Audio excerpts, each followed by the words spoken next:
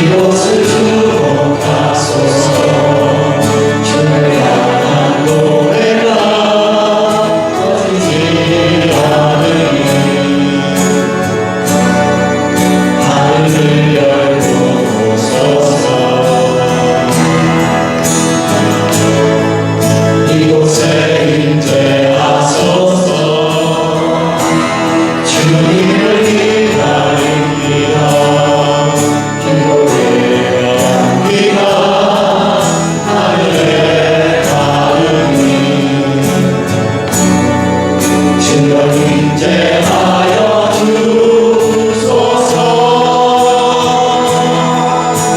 이곳에 오셔서 이곳에 앉으소서. 이곳에 소리를 내를 받으소서. 주의 이름만이 오직 주의 이름만 이곳에 있습니다. 이곳에 오셔서 이곳에 앉으소서. 이곳에 소리를 예배를 받으소서. 주의 이름은 주의 이름만이 오직 주의 이름만 이곳에 있습니다. 하나님 아버지, 오늘도 한 주간을 돌아보며 우리의 죄와 우리의 허물을 하나님 앞에 토설하였습니다. 영절을 당하여서 가족들을 지켜주시고 공중에 나는 새와 들에 핀 백합화처럼 귀하게 돌보셔서 서로 얼굴과 얼굴을 대하여 주시는 것을 보고 우리가 느끼며 알면서도 무엇을 먹을까 무엇을 입을까 근심하며 아버지 두려워하고 염려하였던 우리의 삶들을 이 시간 회개합니다. 우리의 하나님은 살아계셔서 온 세상을 두루 살피시며 아버지 땅을 창조하신 하나님이신 것을 우리가 믿지 못하여 두려워하고 염려하였던 것 이 시간 회개하여 사오니 하나님을 통해 더 강한 믿음을 가지고 세상에서 두려워하지 아니하고 염려하지 아니하고 살아가는 우리 권속들 되게 도와주시옵소서. 오늘도 예배하신 은혜를 사모합니다. 하나님 아버지 예배를 사모하고 주를 사모하오니 사모하는 자마다 하나님을 만나는 역사가 일어나게 하여 주시옵소서. 예수 이름으로 기도드립니다. 아멘.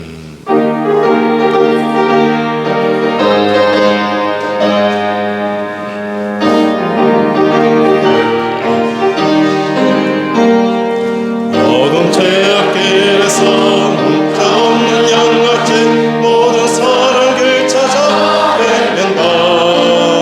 자비하신 하나님 독생자를 보내사 너를 지금 부르니 나오라.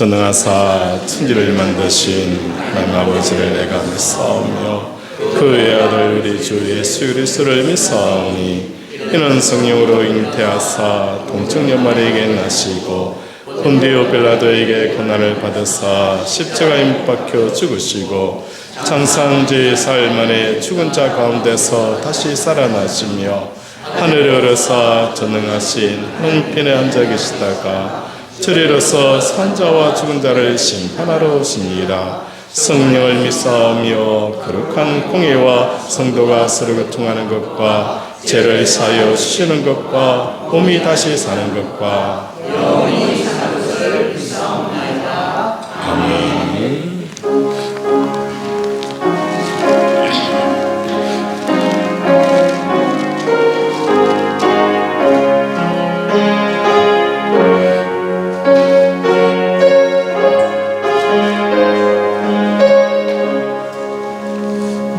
내 평생에 가는 길 승하여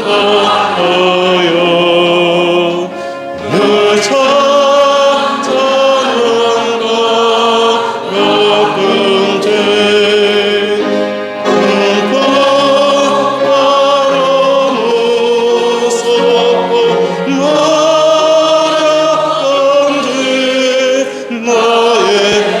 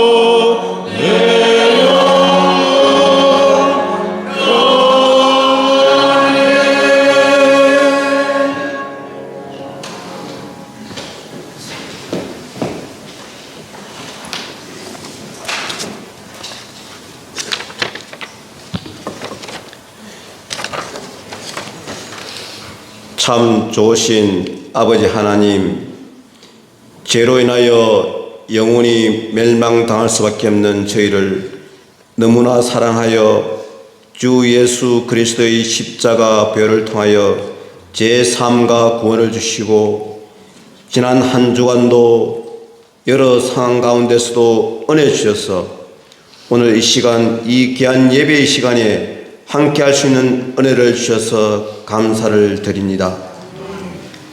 오늘도 김진규 담임 목사님께서 묵상과 기도하면서 준비한 설교 말씀을 아멘으로 받아서 모든 성도들이 각자의 감사와 어려움, 고민을 안고 이 자리에 왔지만 은혜의 생수가 넘쳐서 더욱 감사하게 하고 치유와 위로를 듬뿍 받는 은혜의 시간 되게 하옵소서.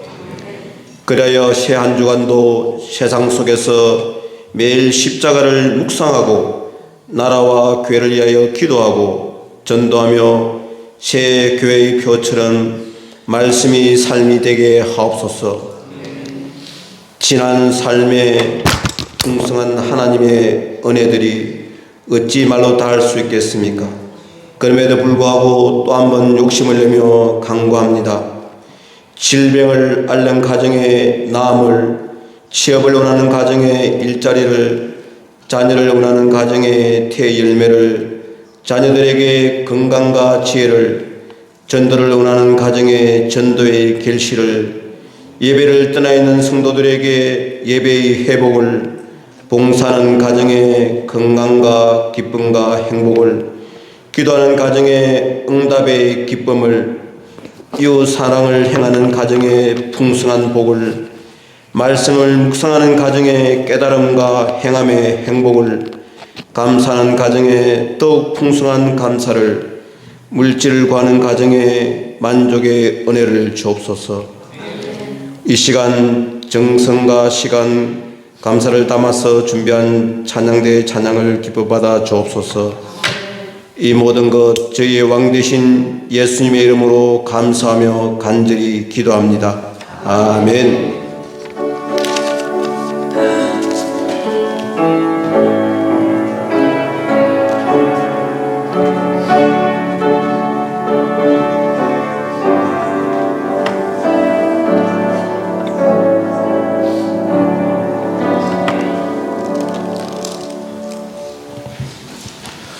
성경 말씀은 사도행전 27장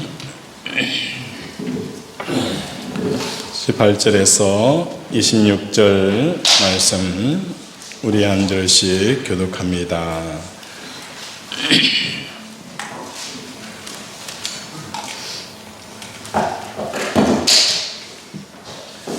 성경 말씀은 사도행전 27장 18절에서 26절 말씀입니다.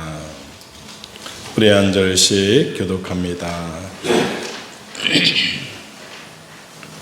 우리가 풍랑으로 심히 있으다가 이튿날 사공들이 짐을 바다에 풀어버리고 사흘째 되는 날에 내 힘을 그들의 손으로 내버리리라. 여러 날 동안 해도 별도 보이지 아니하고 큰 광풍이 그대로 있음에 구원의 연망마저 없어졌더라. 여러 사람이 오래 먹지 못하였으며 바울이 가운데 서서 말하되 여러분이여 내 말을 듣고 그에 대해서 떠나지 아니하여 이 가족과 상상을 행하여 들하며 좋을 뻔하였나이다. 내가 너희를 권하노니 이제는 안심하라. 너희 중 아무도 생명에는 아무런 손상이 없겠고 오직 배뿐이니라. 내가 속함과 곧 내가 지키는 하나님의 사자가 어젯밤에 내 곁에 서서 말하되 바울아 두려워하지 말라. 내가 가이사 앞에 서야겠고 또 하나님께서 너와 함께 항해한 자들을 다 내게 주셨다 하셨으니 그러므로 여러분이여 안심하라. 나는 내게 말씀하신 대로 되리라고 하나님을 믿노라. 같이 보셨습니다. 그런즉 우리가 반드시 안심에 걸리리라 하더라. 아멘. 이 시간에는 우리 지시연 집사님 간정 시간 갖도록 하겠습니다.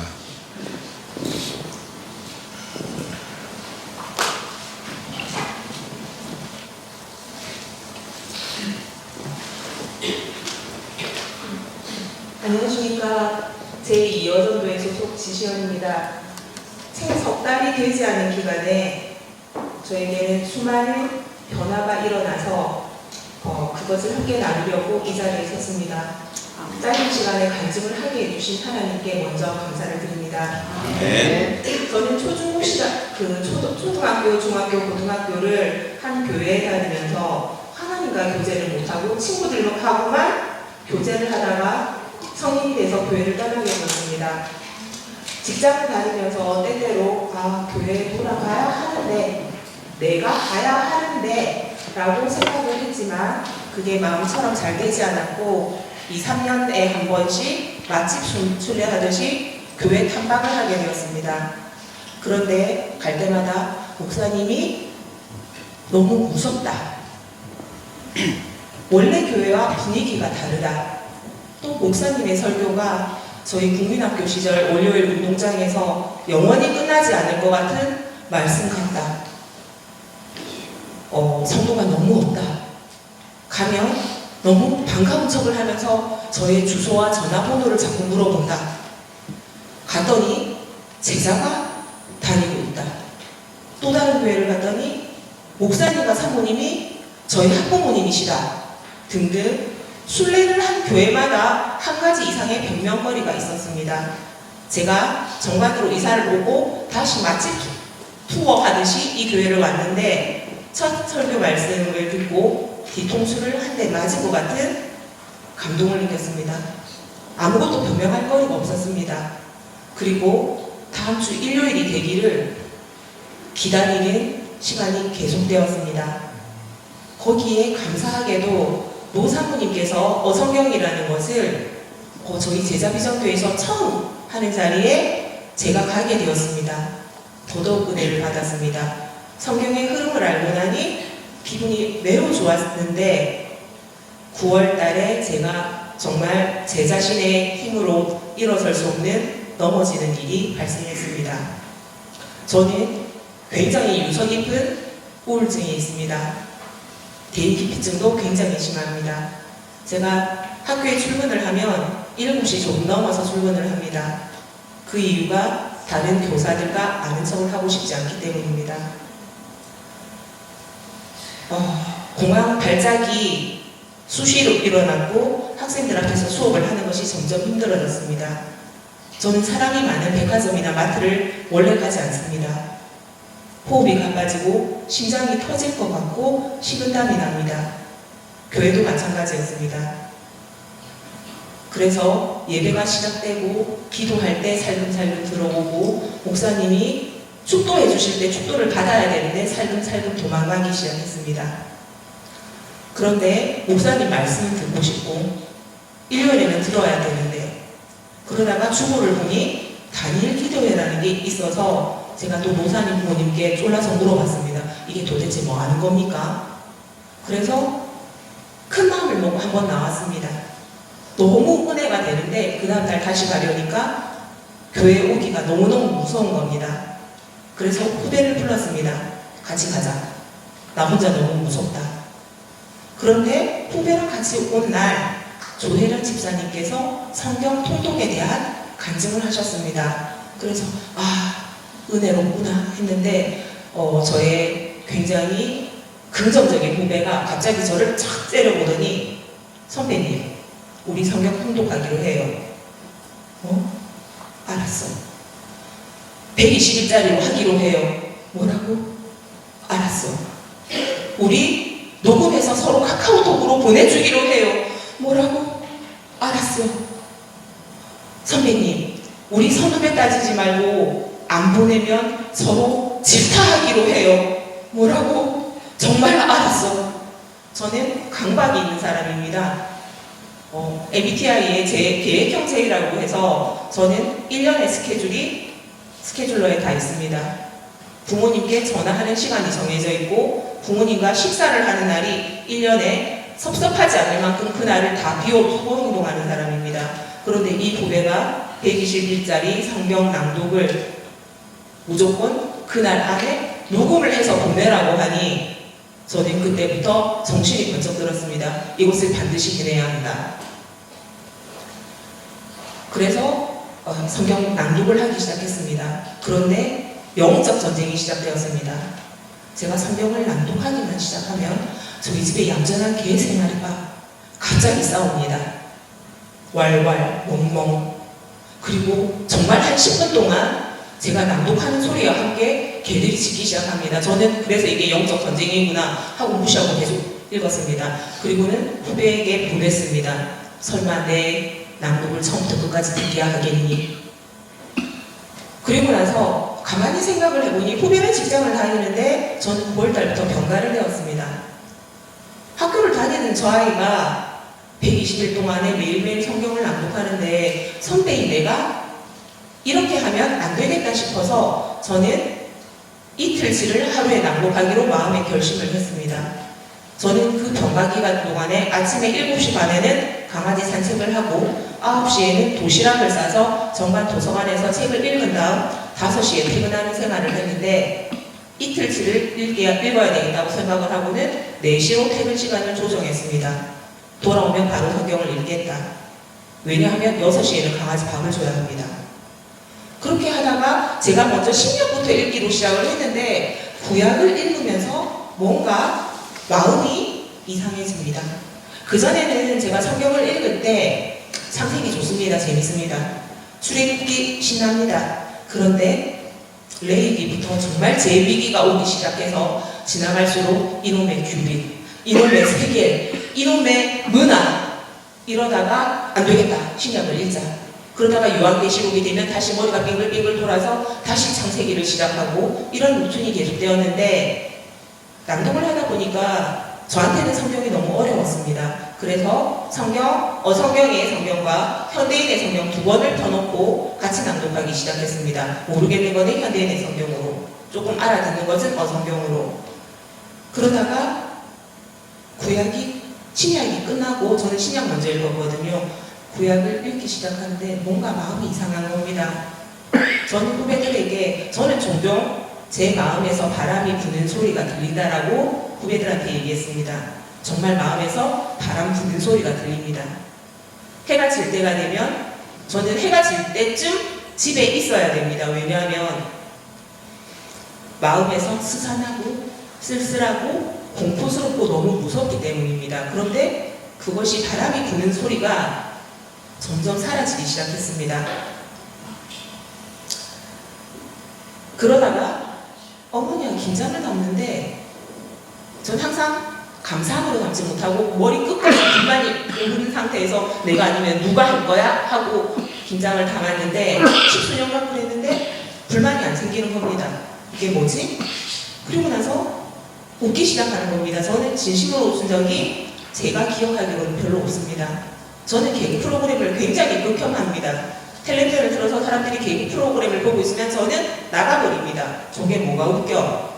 제가 좋아하는 거는 냉소적이고 세상에 비틀린 것을 꼬집어 말하는 블랙 코미디만 좋아했습니다. 그런데 웃습니다. 웃기 시작했습니다. 그리고 감사하는 마음이 생기기 시작했습니다. 1월 초부터 어떻게 하다 보니까 새벽 기도를 나오게 되었습니다. 방학이라서 지금 딱 하루 늦잠 자서 빼먹고 그 다음부터는 새벽 기도를 다 나오기 시작했습니다. 2부 예배를 저는 같이 밥 먹는 게 너무 싫어서 매번 도망을 갔습니다. 사람들과 밥을 먹는 것 자체가 공포스러웠는데 갑자기 밥을 먹기 시작했습니다.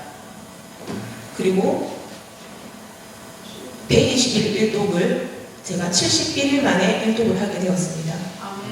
그리고 지금은 60일독으로 읽고 있습니다. 여행을 가서도 저는 강박적인 사람이라서 가족과 여행을 가면 작은 방에 들어가서 성경을 중얼중얼 읽습니다. 그거까지는 이해를 하는데 제가 사복음서를 읽으면서 가족들은 저 방에 있는데 저는 작은 방에서 통곡을 하면서 읽었습니다. 나왔더니 이렇게 쳐다보는 가족들의 무슨 일이야? 성경 읽는데 갑자기 왜 울어? 응? 그냥 눈물이 나왔어. 가슴을 치면서 제가 죄인된 것에 대해서, 그 다음에 이런 나를 살려주신 하나님에 대해서 감사기도를 올렸습니다. 저는 정말 유서 깊은 대인기피증과 우울증을 앓고 있습니다. 그런데 올해까지 하나님이 고쳐달라고 저는 떼를 쓰기 시작했습니다. 저는 불면증도 굉장히 심각해서 10년 넘게 저녁에 수면제를 먹지 않으면 밤에 단 10분도 잠을 자지 못합니다. 이 수면의 문제도 하나님께서 해결해 주실 거라고 믿습니다. 그런데 그 응답을 받기 전에 제가 며칠 전에 정말 놀라운 경험을 하게 되었습니다. 저는 굉장히 튼튼하게 생겼지만 각종 질병으로 인해서 하루에 약을 한 줌씩 먹는 사람입니다. 갑상선 저하증 약이 날마다 올라가서 더 이상 올리면 안 된다라고 하던 의사 선생님이 처방 전에 갑상선 약을 줄여주셨습니다. 예수님이 광야에서 40일 동안 금식을 하고 나서 마귀에게 유혹을 받을 때 예수님은 자신의 말이 아닌 성경을 인용해서 마귀를 다 쫓아내었습니다. 바리새인과 토론을 하실 때도 성경 구절을 드셨습니다. 우리는 성경을 읽고 묵상하고 기도하면서 하나님과 소통할 수 있습니다.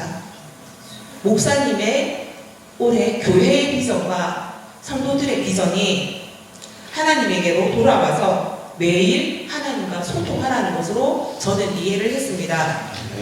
요즘 1시간 이상 성경을 읽으면서 이해가 되지 않던 것들이 이해가 되는 이상한 경험을 하게 됩니다. 짧게 읽을 때는 지겹기만 한데 저는 지금 1시간 이상 성경을 낭독하고 있는데, 그러면 신약에서의 말씀이 구약과 이어지고 구약에서 이해가 안 됐던 것이 그 다음 말씀에서 이해가 되는 신기한 경험을 하게 되었습니다. 그래서 저는 후배들에게 야, 읽으려면 3장씩 읽지 말고 10장 이상씩 읽어라 라고 말을 하기 시작합니다.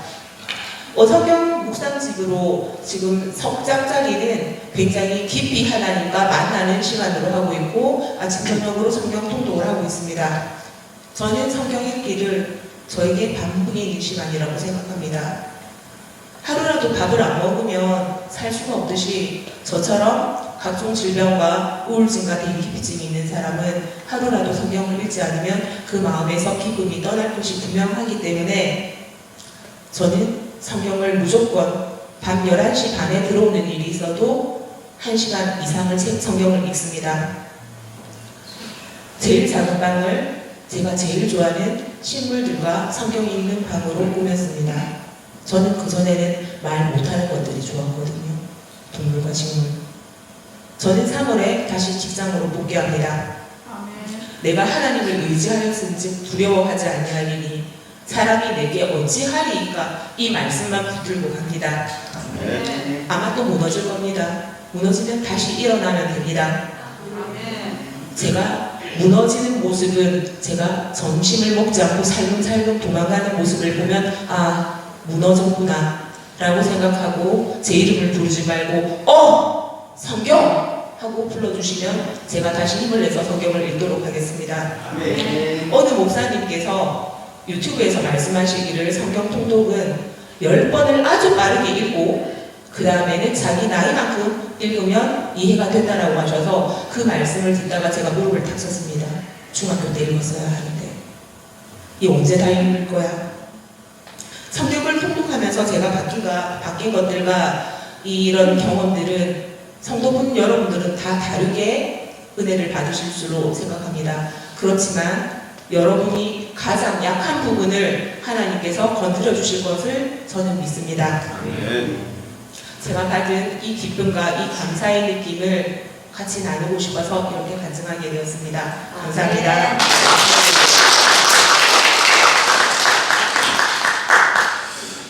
우리 서로 인사하겠습니다. 사랑하고 축복합니다.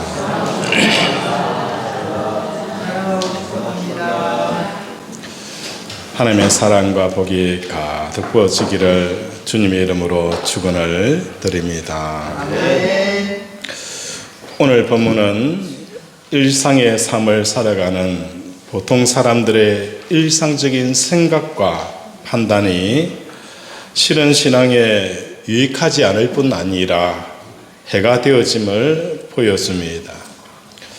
왜냐하면 너무나도 당연하고 지극히 상식적이고 평범한 생각을 하며 삶을 살아가는 사람은 하나님께 묻지 않습니다. 그래서 하나님의 생각을 받아들이지 않습니다. 여호수아 9장에 보면 기본 족속이 이스라엘과 화친하기 위해서 다가옵니다. 이스라엘 백성들은 묻지 않았습니다. 하나님께 묻지 않았습니다. 그들의 옷을 보니 저 멀리서 온 그런 행세가 그들의 옷에서 풍겨납니다. 그들이 보여주는 그 빵을 보면서 우리가 출발할 때에 구운 빵인데 이미 곰팡이가 썰었습니다. 우리가 얼마나 멀리서 왔는지 아시겠죠? 그래서 그들은 하나님께 묻지도 아니하고 그들과 화친의 언약을 맺게 되어지는 거예요. 이것이 그들의 올무가 되어진 것입니다. 뿐만 아니라 일상적인 삶 속에서 일상적인 판단을 해버리는 습관을 가진 사람들은 혹독한 고난의 과정을 겪었어야 나의 생각을 멈추고 하나님의 생각을 받아들이게 되어진다는 것입니다. 사도 바울은 호송을 하던 그 일행을 가이사에서 출발하여 북쪽으로 120km 떨어진 시돈에 도착하였습니다. 그곳에서 한참 머물다가 다시 특히 남부 지방 항구 도시로 가서 로마로 가고자 하였습니다. 그래서 특히 남쪽의 항구에 출발했는데 1차적으로 강한 북서풍을 만나게 되어졌고 간신히 미항이라는 그 항구에 도착하게 되어졌습니다. 이곳에서 65km 떨어진 베니스로 가고자 하는데 순항하게 되어지면 반나절 정도면 가면은 이 베니스에 도착하게 되어지는 거예요. 당시 10월 초였습니다. 지중해 겨울 바람이 혹독하기 때문에 11월부터 3월 초순까지는 항해 자체가 금지가 되어져 있었어요. 그 당시에 선박 형태를 보면 겨울의 항해는 무척 위험한 일이었습니다. 그런데 지금은 아직 10월 초였기 때문에 서서히 위험하는 그 시기에 접어드는 시점이었다는 거예요. 이러한 시점에서 사도 바울은 미항에 머물러 4개월간 겨울을 보내기를 제안을 하는 겁니다. 이곳에서 이 미항에서 우리가 4개월 동안 머물고 그리고 나서 우리가 로마로 가자라고 제안을 한다는 것입니다. 그런데 선장과 선주와 백부장의 생각은 사도 바울의 생각과 달랐습니다. 선장과 선주는 미항보다는 베닉스가 겨울나기가 더 좋은 곳이라 여겼기에 백부장에게 여기에 미항에 머물지 말고 베니스로 옮기자라고 제안을 하는 거예요. 이 미항이라는 것은 작은 촌락이었고 북서쪽에서 불어오는 겨울 바람을 막을 수 있는 그 벽이 없어서 추위에 노출되어져 있었습니다. 그에 비해서 베닉스라는 것은 겨울을 막아줄 지형 조건을 갖추고 있었고 미항에 비하여서 굉장히 번화한 도시였습니다. 아직 본격적으로 위험한 시기가 아니었기에 조금만 위험만 감수하면 앞으로 4개월간 겨울을 편하게 지낼 수 있을 것이다 라고 생각했던 것입니다. 이것은 누구나 보통 사람들 누구든지 이렇게 생각을 할 수가 있습니다. 그러나 사도 바울은 오직 그리스도가 십자가에 못 박히신 것만을 알기로 작정한 사람이라는 거예요. 우리 10절을 27장 10절을 한번 읽어볼까요? 시작.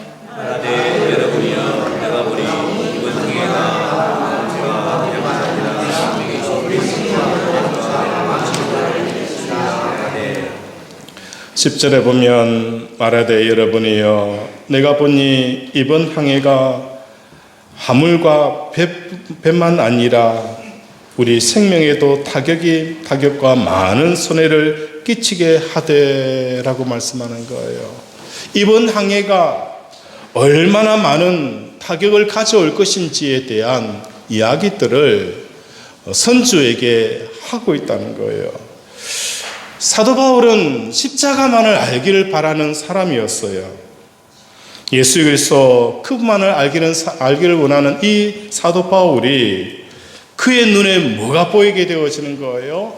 세상이 보이기 시작하고 세상이 들리게 되어지는 이 놀라운 역사가 일어나는 것입니다.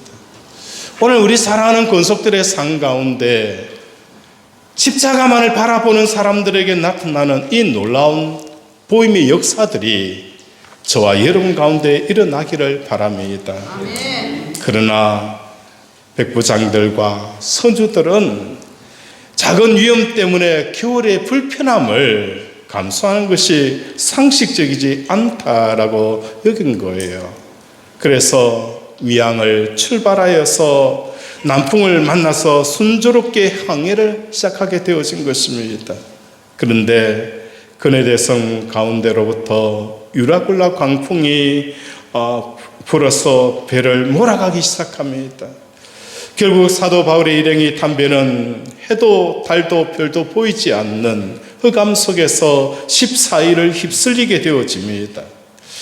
본문 17절에 보면 수르디에 걸릴까 두려워하여 연장을 내리고 그냥 쫓겨가더니 라고 표현이 되어져 있어요.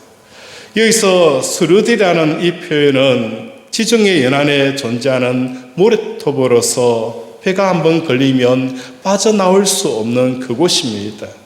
그래서 수르디에 걸릴까 두려워하여서 배를 가볍게 하기 위해서 실었던 그 모든 짐과 배의 기구들까지 다 버리게 되었습니다. 그러나 이렇게까지 하고서도 그들은 정말 생존하기가 어렵다라는 판단을 하게 되어지는 거예요. 그래서 20절에 보면 구원의 연망마저 없어졌더라라고 말씀합니다. 모든 사람이 더는 살 길이 없다라고 확신할 지경에 이르게 되어진 거예요. 그런데 여기서 중요한 것은 그 살 소망이 없는 그때부터 선주와 백부장들이 뭘 경청하게 되어지는 거예요? 사도 바울의 말을 듣기 시작한다는 것입니다. 이 사건을 통해서 사도행전은 우리에게 무엇을 전하려고 하는 메시지가 무엇입니까? 이들이 베닉스로 가겠다라는 이 생각은 특별히 재질적이고 고약한 것 아니잖아요. 누구든지 이 미항에서 머무는 것보다는 베닉스에 가서 큰 도시에 이 북서풍을 막아주는 그런 번화한 도시에서 4개월 동안 지내는 것이 무슨 재질이 깊고 하나님 보시기에 악한 것이냐? 전혀 그런 것이 아니에요. 그저 우리가 평범하게 살아가는 일상 속에서 주어지는 생각들이라는 거예요. 일상을 살아가는 모든 사람에게 있어서 나의 생각은 너무나도 당연하고 자연스러운 거예요. 무엇이 문제입니까? 무엇이 문제가 되어져서 그들은 이 생명의 위협을 느끼게 되어지는 이유가 무엇 때문일까? 그것은 다른 게 아니에요. 쉬지 않고 계시는 하나님의 생각을 받아들이지 못하게 하는 그 원인 때문이라는 거예요. 우리는 우리 일상생활 속에서 늘 가지고 있는 이러한 생각들과 이러한 판단들과 이런 행위들은 하나님께 묻지 않아요. 왜? 늘상 그렇게 해가지고 왔기 때문에. 더 나아가서 미항에 머무는 것보다도 베니스로 이주하여서 그곳에 편하게 지내는 게 뭐가 문제냐? 하나님 보시기에 무슨 악한 짓이냐라고 생각할 수 있을 그런 당연한 일상적인 생각이에요. 그런데 이게 문제가 되어지는 게 뭘 말하는 겁니까? 일상적인 생활 속에서 우리는 하나님께 묻지를 않는다는 거예요. 묻지를 않게 되어지니까 일상적인 생활은 하나님의 생각을 듣지 않게 하는 방해 요소로 작용하더라는 겁니다. 여호수아 9장처럼 그들은 일상적인 삶들 가운데 하나님께 묻지 않고 선택함으로 인생의 올무가 걸리게 되어지는 이런 결과를 가져왔다는 것입니다. 두 번째로는 일상을 살아가는 모든 사람에 있어서 나의 생각은 뭘 한 거예요? 당연하게 여기는 이것이 오늘 사도행전은 우리에게 주시는 메시지라는 것입니다. 두 번째 메시지는 나의 생각이 없어지기 위해서는 얼마나 지독한 과정이 필요한지를 보여줍니다. 14일 동안 광풍과 파도로 인하여서 피해 탄 모든 사람들은 제대로 먹을 수가 없었습니다. 살기 위해서 배의 모든 짐과 기구들을 버렸지만 끝내 죽고 말 것이다 라는 이 두려움에 사로잡히게 되어지는 거예요. 그럴 때에 그들에게 하나님이 갖고 계시는 생각들을 받아들이게 되어지는 것입니다. 우리는 이로부터 예수님의 십자가를 연상하게 되어지는 거예요. 본문은 십자가 3을 구체적인 내용을 우리에게 제시하고 있는 거예요. 십자가를 지고 간다는 것, 자기를 부인하고 자기 십자가를 지고 간다는 게 뭘 말하는가?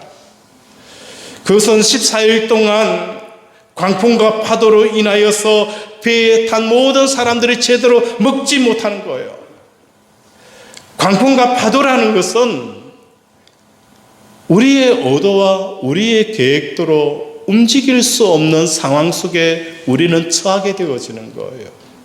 우리의 인생을 살아가면서 우리는 광풍과 파도를 만납니다.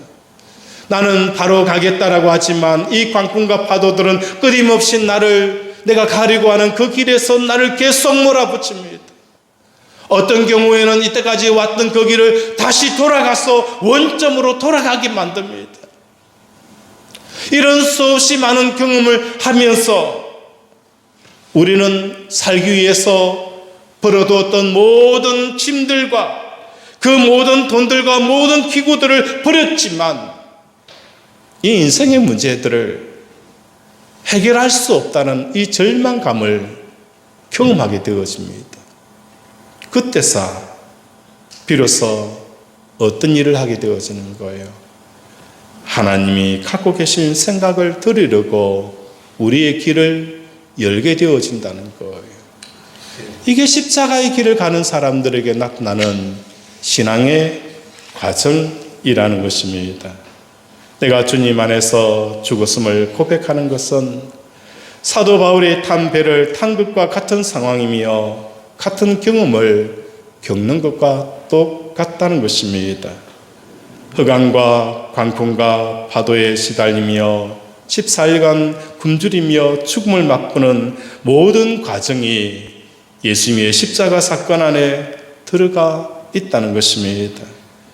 하나님께서 말씀을 듣고 명예에 머물기를 제안하였던 사도 바울은 날마다 십자가에 죽은 자임을 자처하는 사람이었습니다.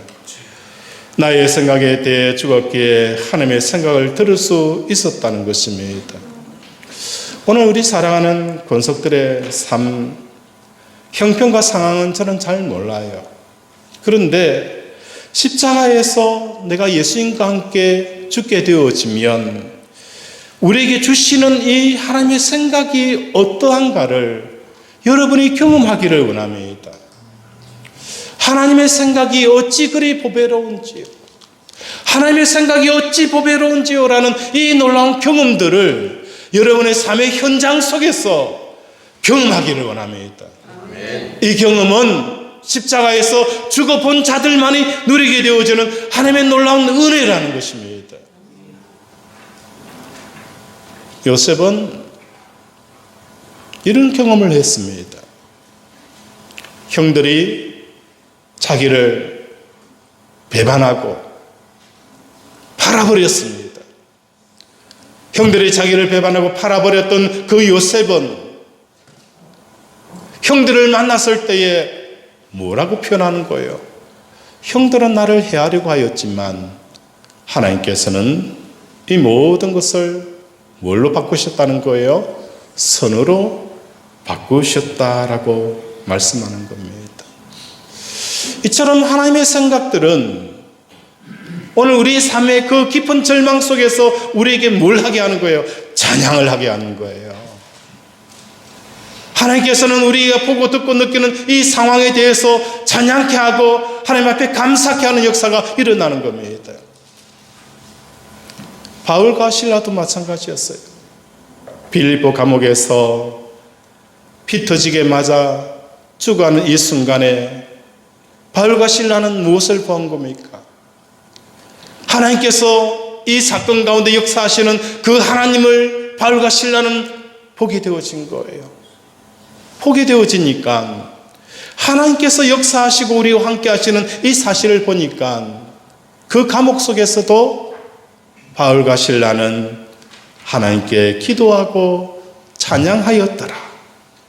이 기도와 찬양이 바울과 실라의 그 갇혀있는 옥문을 열고 그 발에 사였던 족쇄를 끊게 되어지는 놀라운 기적의 역사가 일어나게 되어진 거예요.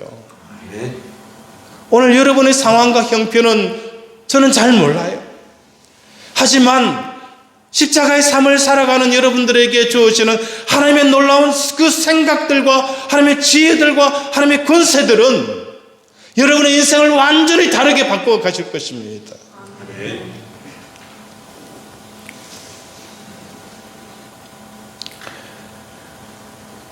다만 이러한 하나님의 생각은 사도 바울에게만 주어진 게 아니었습니다. 사도 바울과 같은 배를 탔던 모든 사람에게 하나님의 생각을 동일하게 주어지고 있습니다. 23절 한번 보겠습니다. 시작.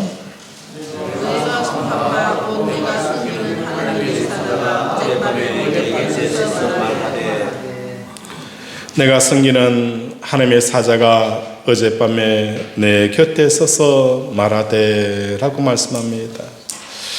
이 부분을 보면 마치 신화를 읽는 것처럼 느낌이 듭니다. 그러나 이 말씀은 신화도 아니고 태고적 전설도 아닙니다. 대부분 사람들은 성경에 기록되어진 말씀 외에 하나님께서 자기 자신에게 말씀하고 계신다는 이 사실조차 모르고 살아갑니다. 예수를 믿는 사람들조차 이 부분을 읽으면서 이것은 사도 바울에게 해당되어지는 일이다라고 생각하기 쉽습니다.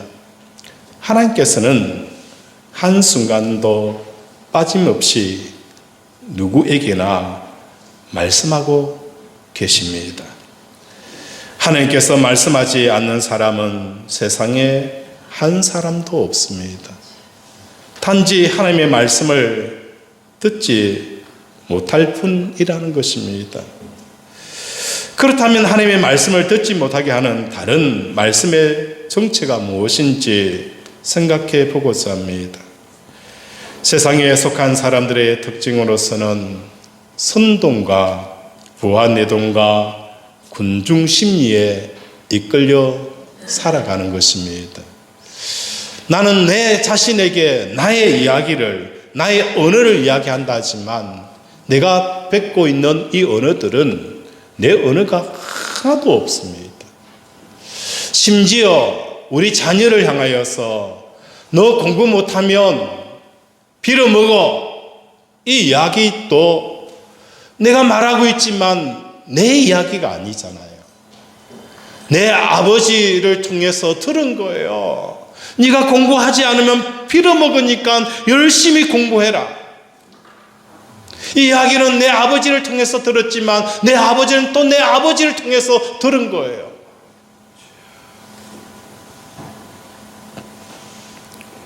우리는 우리의 언어가 없어요.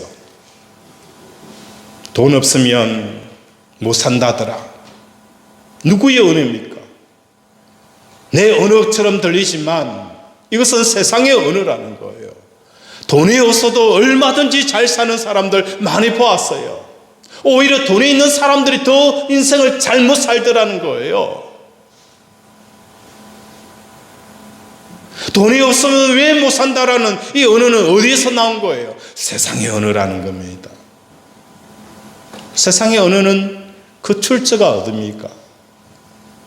바로 너의 아비가 마귀다라고 표현하고 있는 거예요.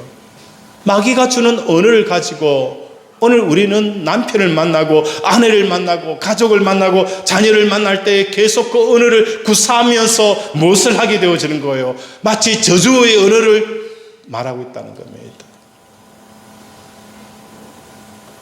내 자녀를 바라보면서 언제 축복의 이야기를 제대로 한 적이 있습니까? 남편을 보면서도 우리는 축복의 언어를 바란 적이 없어요. 항상 어떤 언어입니까? 저주의 언어, 불평의 언어, 원망의 언어. 이 모든 언어는 어디서부터 오는 거예요? 사단에게서 오는 거예요. 하나님은 너희를 향한 생각은 두려움이 아니라 뭐예요? 생명과 소망을 주려 합니다 라고 말씀하는 거예요.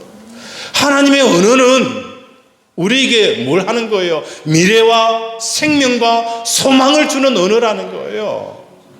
그런데 남편이 아내에게 하는 언어들은 아내를 절망하게 하는 거예요. 아내가 남편을 하는 언어들은 남편이 절망하는 거예요. 왜 돈 좀 제대로 못 벌어오느냐? 내가 벌어올 수 있는 돈은 한 달에 200만 원인데 더 벌어오라는 것은 남편 보고 뭐 하라는 거예요? 도둑질 하라는 거잖아요. 도둑질 해서라도 벌어오라는 거잖아요. 그 이야기를 듣고 남편은 얼마나 절망합니까?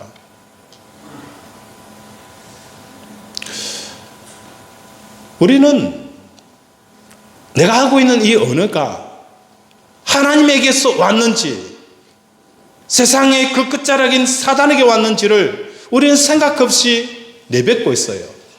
보고 듣고 느끼는 그대로.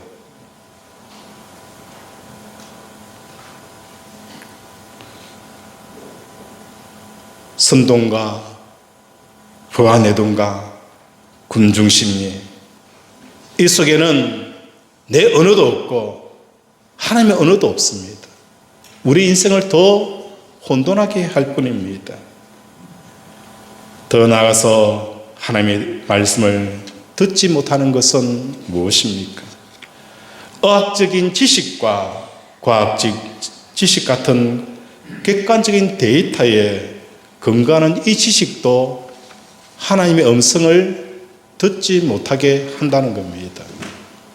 의학적이고 과학적인 이 지식을 무시하라는 것은 아니지만 이것보다도 더 중요한 게 뭐라는 것입니까? 하나님의 말씀이라는 거예요. 사도 바울이 에베소에서 선교를 마무리하면서 그 밤 늦게 하나님 나라의 강론을 전파하였습니다. 너무 늦게까지 강론을 전파하니 유도고가 창문에 떨어져서 죽게 되어져요. 그때 사도 바울이 뛰어내려가 보니 이미 누가 의사가 진찰을 해보니까 유도고가 죽은 거예요. 그때 사도 바울은 주위에서 사람들이 유도고가 죽었다 웅성웅성 거릴 때에 이렇게 이야기합니다. 떠들지 마라. 떠들지 마라. 떠들지 마라. 생명이 그에게 있다 하고 말씀한 거예요. 이미 유도고는 의학적으로 죽었어요. 의학적으로 죽었기 때문에 사람들의 생각은 의학적인 끝이 났다라고 판결과 결론을 내려버립니다.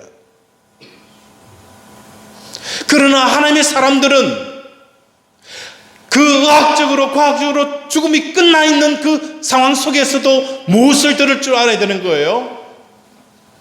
하나님의 생각을 들을 줄 알아야 되는 거예요.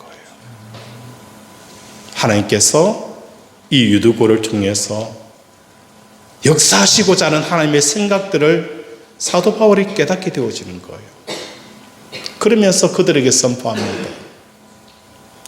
유두고에게는 그에게 생명이 있다라고. 오늘 우리 성도들이, 오늘날 믿음의 성도들이 너무 영적으로 연약해져 있는 걸 보게 되어지는 거예요.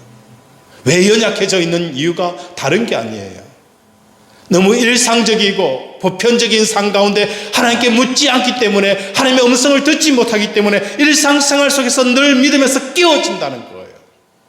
우리가 무시해버렸던 일상적인 생각들, 일상적인 패턴들, 그 속에는 하나님께서 음성이 들어올 수 있는 그 공간 자체가 없다는 겁니다. 마치 무엇과 같은 거예요? 하나님 나라를 씨 뿌린 비유를 통해서 우리에게 말씀합니다.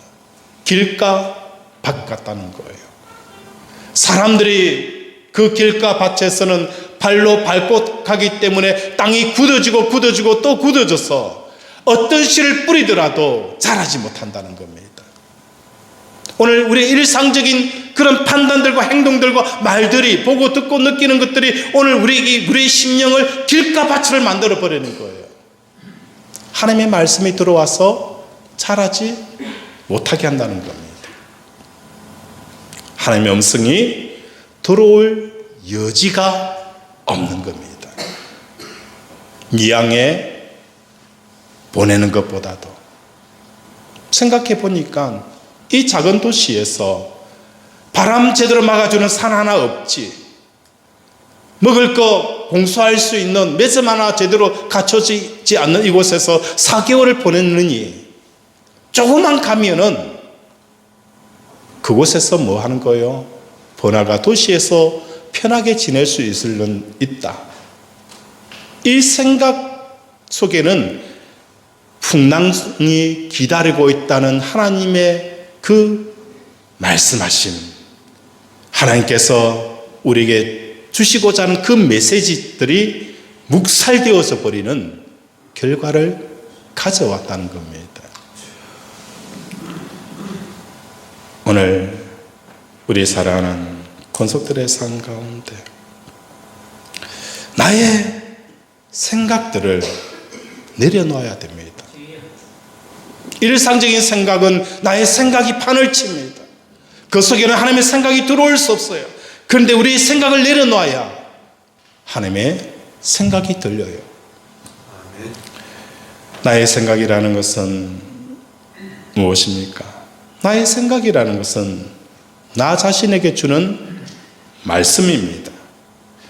그러므로 내가 생각하는 동안 내가 끊임없이 말씀하시는 하나님의 음성을 듣지 못하는 이유가 바로 여기 있는 거예요. 나의 생각은 나 자신에게 주는 말씀과 같은 거예요.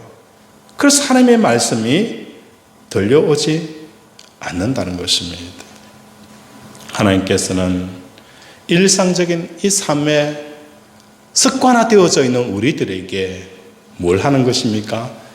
유라구락 광풍을 겪게 함으로 이제 내 생각을 멈추게 하고 하나님의 생각을 들으려고 하는 이 마음의 자세로 우리를 이끌어 가신다는 겁니다. 이게 뭡니까? 십자가 안에서 이루어지는 거예요. 하나님의 생각을 듣기까지 우리의 얼마나 많은 그 14일이라는 그 암흑과 달과 별과 그 모든 것이 보이지 않는 그 긴 터널 속에서 죽을 것 같은 이 아픔들을 경험하는 거예요. 우리 오늘 간증한 집시연 집사님을 우리 교회 올 때부터 유심히 옆에서 지켜보고 또 함께 기도한 자매가 우리 지시연 집사님이세요. 간증처럼 항상 예배를 드리면 선글라스를 탁 끼고 예배 중간에 탁 와서 앉아 있다가 축도하면 어떻게 해요? 바리바리 나가시는 분이셨어요. 그런데 두려움과 걱정과 염려와 그 깊은 어둠 속에 자기 자신은 계속 밑으로 숨고 또 숨었어요. 왜? 자기 자신에게 말하는 이 말씀에 귀를 기울였기 때문이에요. 세상의 언어들, 자기 언어들은 나를 깊은 절망 속으로 계속 몰아갑니다. 내 남편을 저주하고 내 자신을 저주하고 모든 것을 불평과 원망으로 나를 이끌어가지만 하나님의 말씀은 그 어둠 속에 있는 나를 끄집어내어 광명한 빛 가운데 가게 하신다는 거예요. 너희가 하나님과 동행하게 되어지면 어둠에 다니지 아니하리라. 우리의 생각이, 우리의 마음이 하나님과 동행하게 되어지면 어둠에 다니지 않는다는 거예요. 만나서 이야기해 보면 그 속에 뭡니까? 부정적인 요소가 없어요. 아무리 오래 신앙을 하고 예수를 아무리 잘 믿는다 하더라도 몇 마디 나누다 보면 뭘 느끼게 되어지는 거예요? 계속 영적인 눌림을 받게 되어지는 이런 사람이 있는가 하면 초신자라도 하나님의 말씀을 듣게 되어지는 사람 가까이 가면 왠지 모르게 기분이 업이 되어지는 거예요.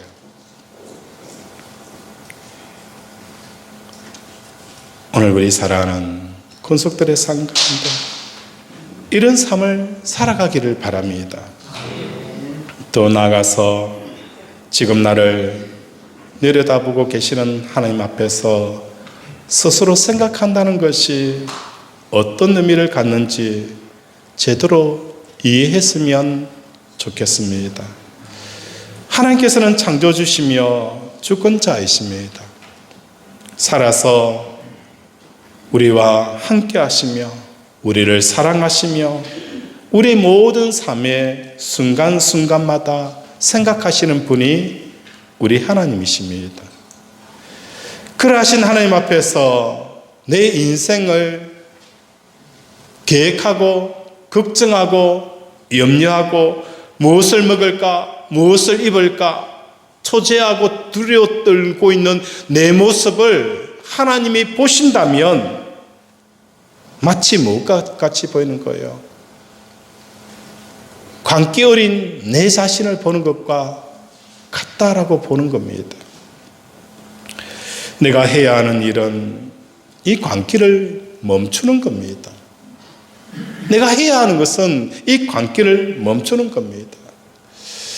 예수님께서 그라사 광인을 치료하시는 것을 볼 수가 있어요. 여러분, 이 그라사 광인에 대한 모습을 보면서 저는 제 자신이 떠올라요. 나는 이 그라사 광인과 같은 자라는 것. 내가 가지기 위해서 얼마나 미쳐가고 있는지, 내가 소유하기 위해서 내가 얼마나 미쳐가고 있는지, 그리고 사람 때문에 오는 그 상처, 아픔 속에서 내가 얼마나 깊은 상처 속에 빠져 있는지.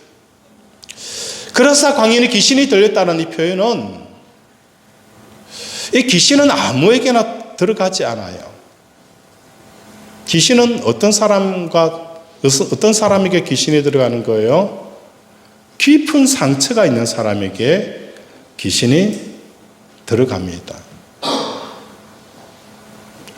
또한 귀신은 어떤 사람에게 들어가는 거예요? 귀신의 성향과 내 속에 비슷한 성향이 있을 때에 귀신이 들어오게 되어진다는 거예요. 다시 말해서 그라사 광인은 이미 귀신이 들어가지 않더라도 미쳐있는 자의 삶을 살아가는 사람이 그라사 광인이라는 겁니다. 사람 때문에 배신당하는 이 고통, 내가 제대로 가지지 못하였기 때문에 무시당하는 이 상처들, 이것들이 오늘 우리를 마치 귀신은 들리지 않았지만 미쳐가는 광인으로 나를 만들어 간다는 겁니다. 오늘 우리는 광기를 멈추기를 원합니다. 내가 광기를 멈출 수 있는 이유는 다른 게 아니에요. 하나님이 나를 사랑하신다는 것, 나의 모든 것을 아신다는 것, 나의 필요에 대해서 우리 하나님이 채우신다는 것, 내가 무엇을 힘들어하고 무엇을 고통하고 있는지 그 부분을 우리 하나님이 모르시는 것이 아니라 보시고 계신다는 것 알기 때문에 나는 더 이상 하나님의 생각과 내 생각이 겹치기를 원치 않는 겁니다. 내려놓는 겁니다. 이제 저는 하나님만 생각하겠습니다. 그럴 때에 사도 바울에게 보였던 것처럼 이 미항에서 머물러라. 이 미항에서 머물러라. 베트남인 선주보다도 뱃사공보다도 훤히 이 바다의 세계를 능히 꿰뚫을 수 있는 그 영적인 눈이 사도 바울에게 생긴 거예요. 뿐만 아니라 이 이후의 사건에 어떻게 되어질 것인가에 대한 영적인 눈도 선주나 뱃사공들이 가진 게 아니에요. 십자가에서 내일 죽기를 원하는 그 사람들에게 하나님께서 세상이 어떻게 돌아가는지를 그들에게 보여주신다는 거예요. 이런 삶을 살아가는 성도들이 되어지길 원합니다.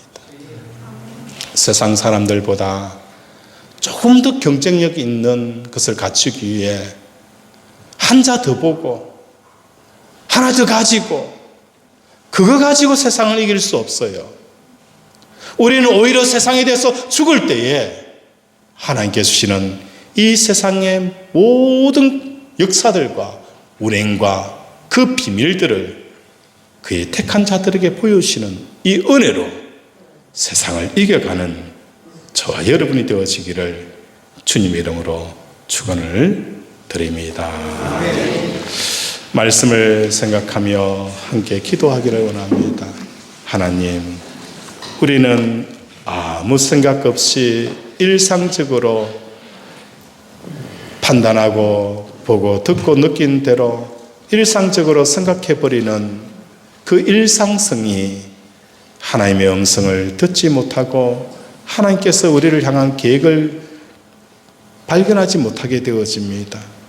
이러한 일상성들을 하나님 앞에 회개하고 어느 순간마다 하나님께 묻는 우리들이 되게 해달라고, 그리고 하나님이 주시는 이 하나님의 은혜를 통해 세상을 이겨가는 우리들이 되게 해달라고 이 시간 주여 한번 부르면서 함께 기도합니다. 주여. 아버지 생각해 주시옵소서. 아버지, 우리를 긍휼히 여겨주시옵소서.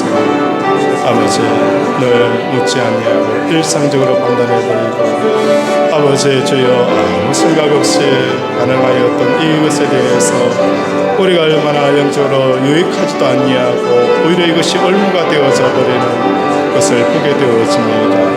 하나님, 오늘도 아버지, 우리의 심령 속에 세상의 언어가 아닌 하나님의 언어를 구사하는 우리 권속들 되게 도와주시옵소서. 우리를 불쌍히 여겨주시옵시고 우리를 긍휼히 여겨주시옵소서.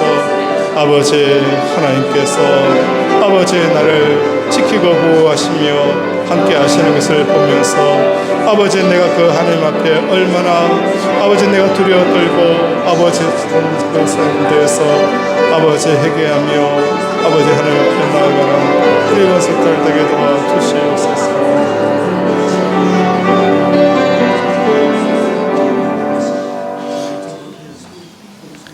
하나님, 내가 진짜 하나님을 만났더라면, 내가 하나님을 진짜 내가 배웠더라면, 내가 이때까지 이렇게 고통하고 아파하고 힘들어하고 상처 있고 분노하고 절망하지는 않았을 텐데, 하나님께서는 내 삶 가운데 이렇게 가까이 일하고 계신다는 것을 내 조그만 영적인 눈이 열렸더라면 이렇게 악착같이 악바리처럼 굴지는 않았을 텐데, 그렇게 복수하려고 하고 그렇게 원망하려고 하고 그렇게 분노하고 미워하지 않았을 텐데 모든 것들이 하나님 앞에 부끄러움이며 가슴을 치고 회개해야 될 내용들입니다. 우리 하나님 얼마나 좋으신 분인지 내가 생각하는 것보다도 더 세밀하게 생각하시고 예비하시고 준비하신 하나님 음성을 이제 듣기를 원합니다. 하나님, 내 한 발, 내 생각 하나하나, 내 감정 하나하나 품기까지 이제는 아무 생각 없이 생각하였고 아무 생각 없이 마음을 품었던 이것들을 내려놓고 이제 하나님의 생각을 구하고 하나님의 마음을 구합니다. 하나님, 이 생각과 마음을 통하여 인생 넉넉하게 이기며 기뻐하며 사는 우리 권속들 되게 도와 주시옵소서. 아픈 곳에 손을 얹습니다. 그가 찔림은 우리의 허물 때문이요 그가 상함은 우리의 죄악 때문이라. 그가 징계를 받음으로 우리는 평화를 누리고 그가 채찍에 맞음으로 우리는 나음을 받았도다.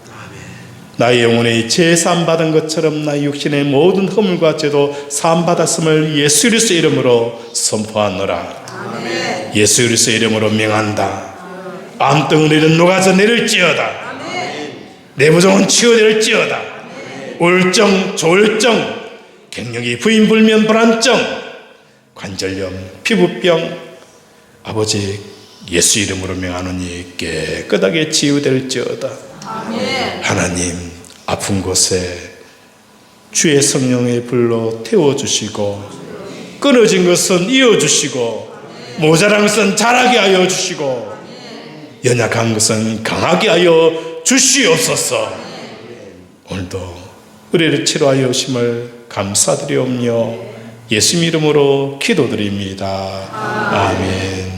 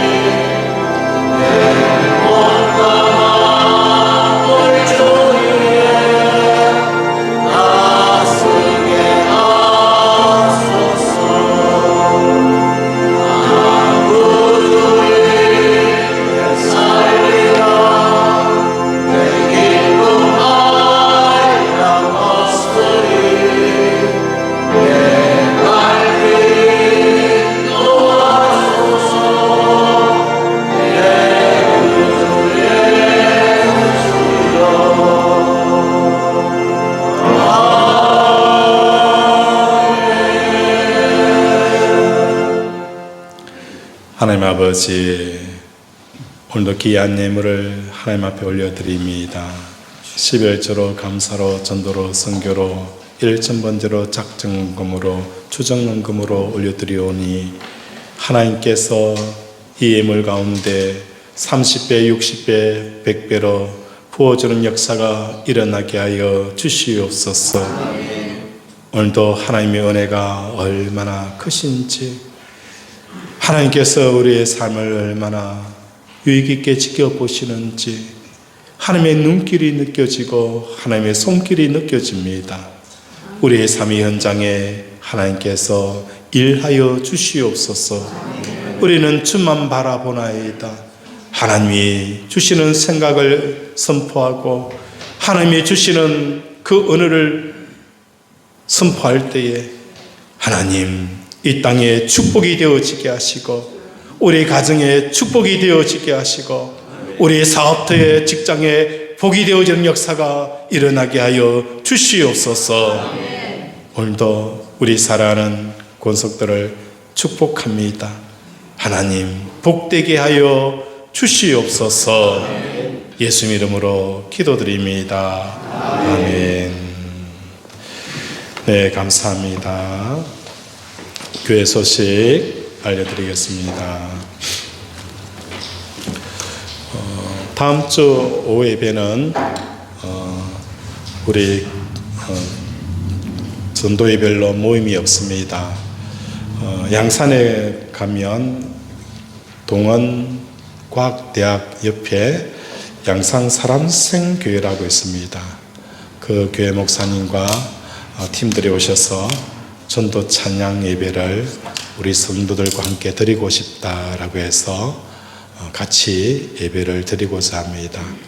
함께 전도 찬양 예배로 은혜 나누는 그런 시간들이 되었으면 좋겠습니다. 그리고 3월부터 제자 양육반이 시작이 되어집니다.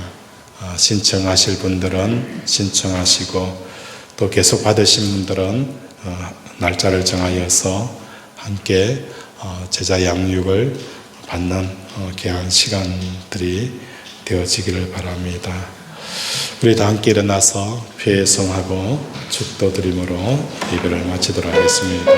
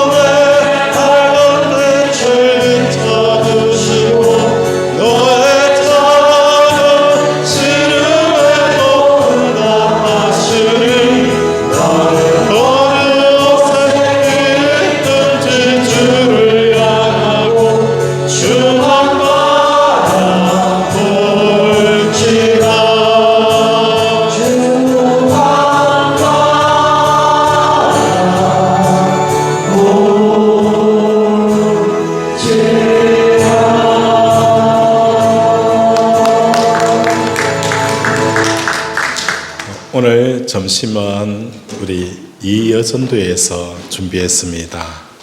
한 번도 가지지 마시고 만나게 드시고 또 우리 이여전도를 위해서 많은 기도 부탁드립니다.